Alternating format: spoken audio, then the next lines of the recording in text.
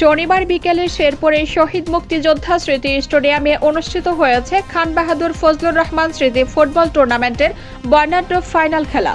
প্রধান অতিথি হিসেবে উপস্থিত ছিলেন গণপ্রজাতন্ত্রী বাংলাদেশ সরকারের কৃষি মন্ত্রণালয়ের অতিরিক্ত সচিব ও বৃহত্তর ময়মনসিংহ সমিতির মহাসচিব নাসিরুদ্দৌলা।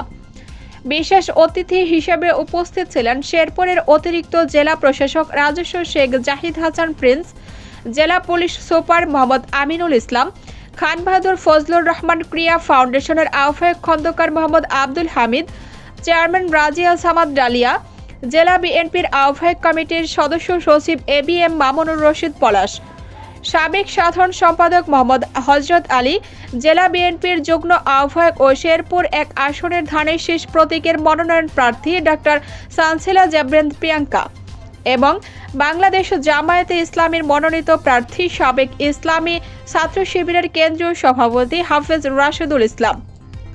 শেরপুরে দীর্ঘদিন পর এমন প্রাণবন্ত ফুটবল আয়োজন যেন ক্রীড়া অঙ্গনে নতুন জাগরণ এনেছে। SD Sohel Rana, staff reporter, Sherpur.